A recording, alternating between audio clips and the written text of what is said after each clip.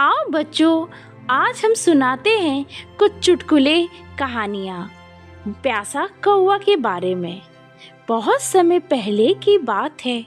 एक सुंदर जंगल था, हरियाली से भरा। पेड़ों पर झूले झूले बंदर, हिरणों की मस्ती और नदियों में कल कर करता पानी। उसी जंगल में एक काला चमकदार कौवा रहता था। उसका नाम था काकू। काकू बहुत मेहनती और चतुर कौवा था। वो रोज सुबह सूरज निकलते ही उठता, अपने बच्चों को लिए खाना ढूंढता और शाम को अपने घोंसले में लौट आता। उसकी एक प्यारी पत्नी और 3 छोटे छोटे बच्चे थे। वो सभी बड़े खुशहाल जीवन बिता रहे थे। लेकिन समय हमेशा एक जैसा नहीं रहता। धीरे धीरे गर्मी का मौसम आने लगा। पहले जंगल में ठंडी हवा चलती थी, अब वहाँ तपती लू चलने लगी। पेड़ों की पत्तियाँ सूख गई, नदियों का पानी घटने लगा और छोटे छोटे तालाब भी सूख कर कीचड़ बन गए। दिन ब दिन गर्मी बढ़ती गई। अब तो हालत इतना बुरा हो गया कि जानवरों को भी पानी ढूंढना मुश्किल हो गया।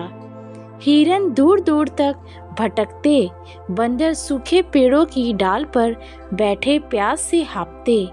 काकू की प्यास से बेहाल था। उसका गला सूख गया था, पंख झुलस रहा था और उसकी उड़ने की ताकत भी कम हो गई थी। वो अपने बच्चों को देखकर बोला, बेटा, तुम सब पेड़ की छांव में रहो, मैं पानी ढूंढने जा रहा हूँ। काकू उड़ पड़ा। सूरज सिर पर आग की तरह जल रहा था।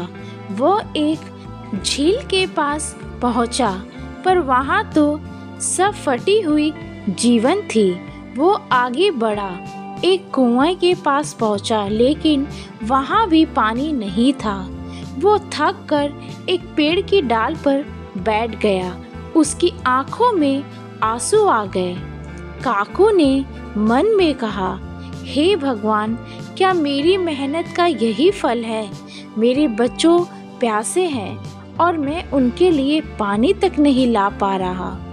वो आसमान की तरफ देखता रहा। तभी उसकी नज़र दूर एक गांव पर पड़ी। शायद वहां किसी के घर में पानी मिल जाए।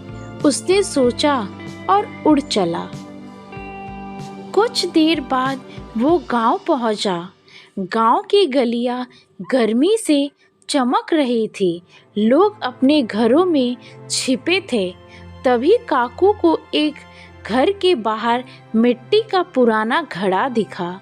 वो तुरंत नीचे उतरा और घड़े के पास गया। उसने अंदर झांक कर देखा। हाँ, पानी था, पर बहुत नीचे। काकू ने अपनी चोंच डाली, पर पानी तक नहीं पहुंच पाया। उसने घड़े को गिरने की कोशिश की, लेकिन घड़ा भारी था और हिला भी नहीं। काकू निराश होकर सोचने लगा, क्या मैं इतनी मेहनत के बाद भी हार जाऊंगा? नहीं, मुझे कुछ न कुछ उपाय तो करना ही होगा। वो पास की जमीन पर नजर दौड़ाने लगा। तभी उसने देखा, वहाँ छोटे छोटे कंकड़ पड़े थे। काकू ने मन में एक विचार आया।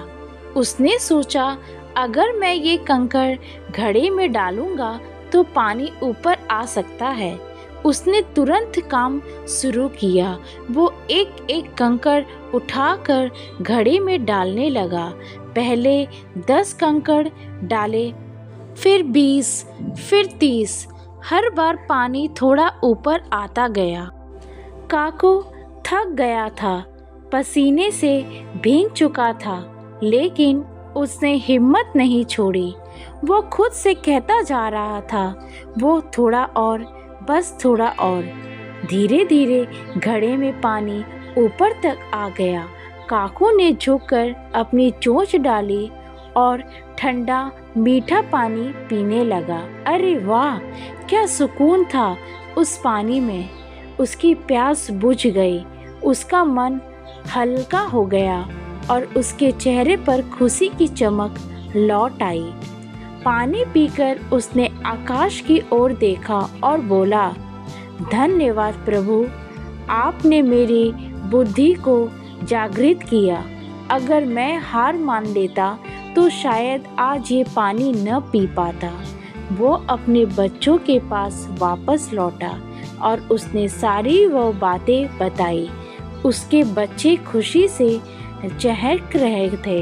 काकू ने कहा, बच्चों याद रखना, मुश्किल सबसे जीवन में आता है, लेकिन जो हिम्मत रखता है वो दिमाग से काम लेता है, वही जीतता है।